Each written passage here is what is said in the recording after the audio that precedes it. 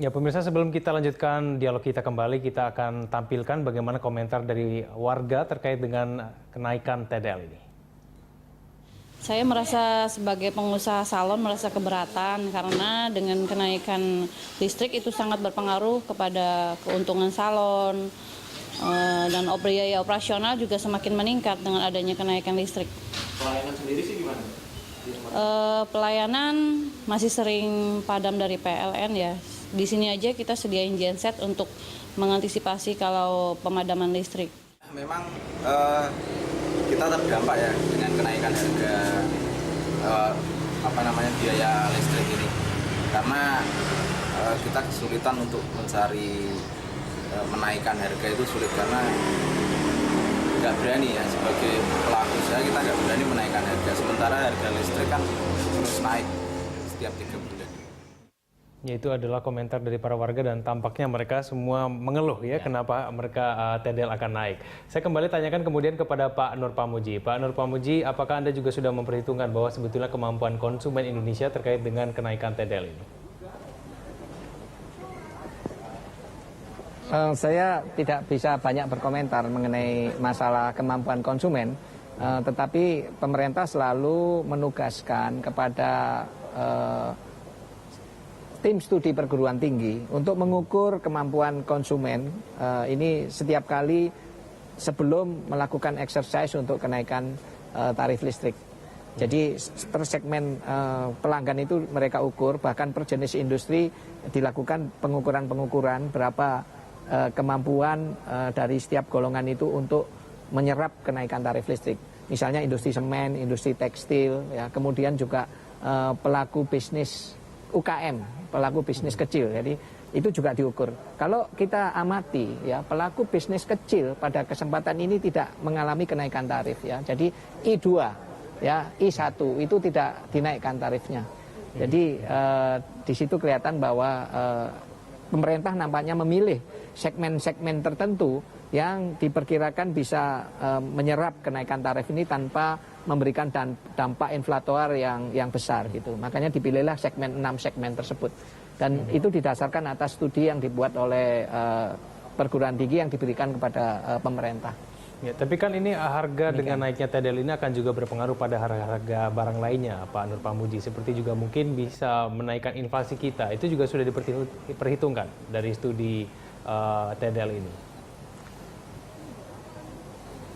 Iya, jadi tim konsultan perguruan tinggi yang memberikan konsultasi kepada pemerintah itu melihat dampak kenaikan listrik ini terhadap kenaikan harga barang. Oleh karena itu tadi saya jelaskan, untuk setiap segmen industri itu mereka melakukan pengukuran, penelitian dan membuat perkiraan apa dampaknya terhadap sektor industri tersebut dan juga terhadap inflasi. Ya, tentu kami sebagai penyedia tenaga listrik bukan ahlinya untuk melakukan hal tersebut.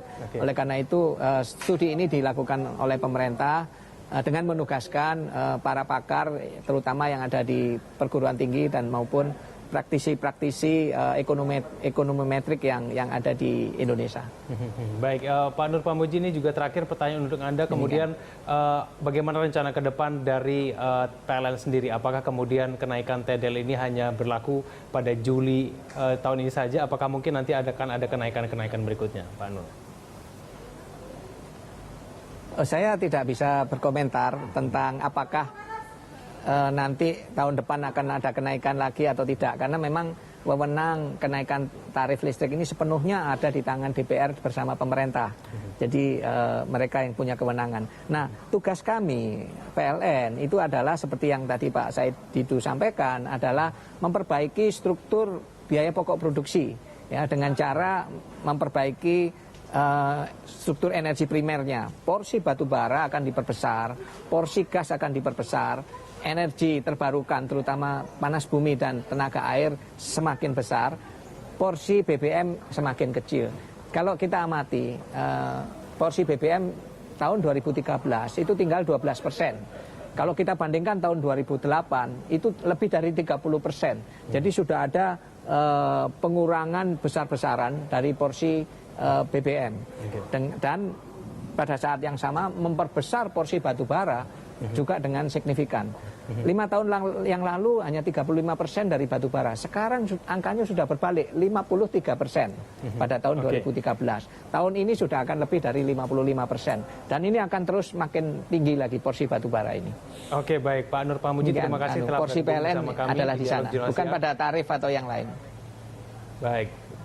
Terima kasih Pak Nur Pamuji. Saya akan kemudian terakhir saya tanyakan kepada Pak Saididu. Pak Saididu, kemudian kalau misalnya memang kita tidak bisa memperkirakan bahwa ke depan kenaikan TDL akan berlangsung lagi atau tidak. Tapi kalau menurut penilaian Anda, apabila melihat situasi sekarang ini kan pemerintah tidak akan mungkin menaikkan harga BBM untuk sementara saat ini. Saya melihat gini, pendekatannya adalah bahwa yang menjadi tinggi sekarang penyebab TDL ini kan adalah kurs rupiah yang melemah, yang itu pemukul terbesar. Nah, yang kedua adalah komposisi energi. Jadi menurut saya tidak bisa menduga apakah akan naik. Berdoa saja agar kurs rupiah menguat. Nah, kemudian PLN akan meneruskan mendapatkan sumber energi yang murah. Itu saja. Nah, karena komposisinya dari situlah menyebabkan berapa tarif dasar listrik. Nah, tarif listrik kepada masyarakat. Jadi kemudian pemerintah juga harus berani mengalihkan subsidi yang tidak adil itu menjadi yang adil.